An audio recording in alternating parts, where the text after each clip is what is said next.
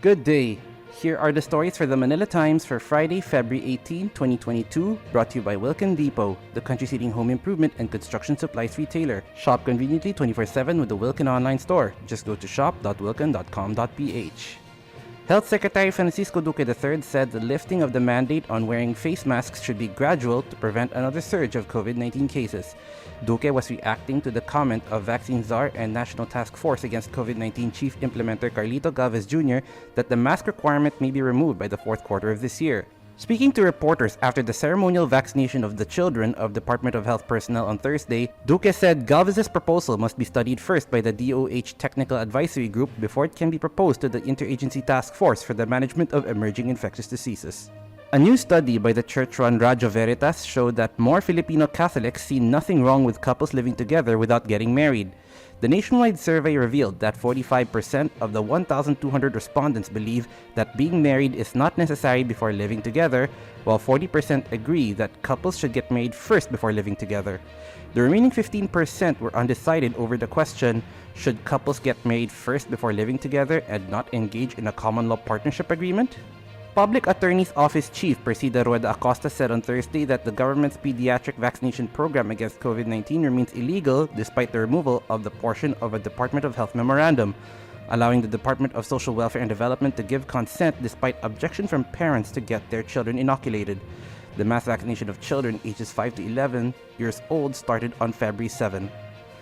The Commission on Elections has dismissed a petition to disqualify broadcaster Raffy Tulfo as a candidate for senator in the May elections. The resolution to dismiss was issued by the 2nd Division headed by Commissioner Socorro Inting. The petition was filed by Tulfo's former wife, Julieta Pearson, who claims that Tulfo misrepresented in his certificate of candidacy the identity of his legal wife, the period of his residency in the Philippines, and the pendency of criminal complaints against him. The resolution stated that combining grounds of cancellation of the COC and a ground for disqualification is against the COMELEC Rules of Procedure amended by Resolution 9253. Senate candidate and former Palace spokesman Harry Roque Jr. on Thursday said he was in favor of same-sex marriage and would push for its legalization if elected. If elected, he said he intends to file a bill legalizing same-sex marriage for members of the LGBTQIA+ community. He also said he was also in favor of divorce so that children would not suffer the ill effects of a bad marriage. Over to business, key interest rates were kept at historic lows on Thursday, with monetary authorities citing manageable inflation and uncertainty about domestic and global economic growth. The Bangko Sentral ng Pilipinas' overnight borrowing, lending, and deposit rates were maintained at 2%, 1.5%, and 2.5% respectively during the Monetary Board's first rate-setting meeting for 2023. In sports, the Philippine athletics team is planning to transfer its bubble training to the Philippine Institute of Sports Complex in Pasig City. 30 members of the athletics team have been training at the Baguio Athletic Bowl, a sports complex within the grounds of Burnham Park, since October of last year. The jumping and sprinting teams, however, are at the Ayala Vermosa Sports Hub, a state-of-the-art facility in Imus, Cavite. The Philippine Sports Commission has given its go signal for athletes to train at the Phil Sports Complex and at the Rizal Memorial Sports Complex in Malate, Manila.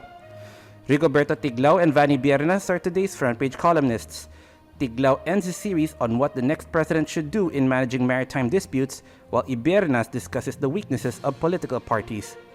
Today's editorial discusses the recent doping fiasco surrounding a 15-year-old Russian figure skater at the ongoing Winter Olympic Games in China.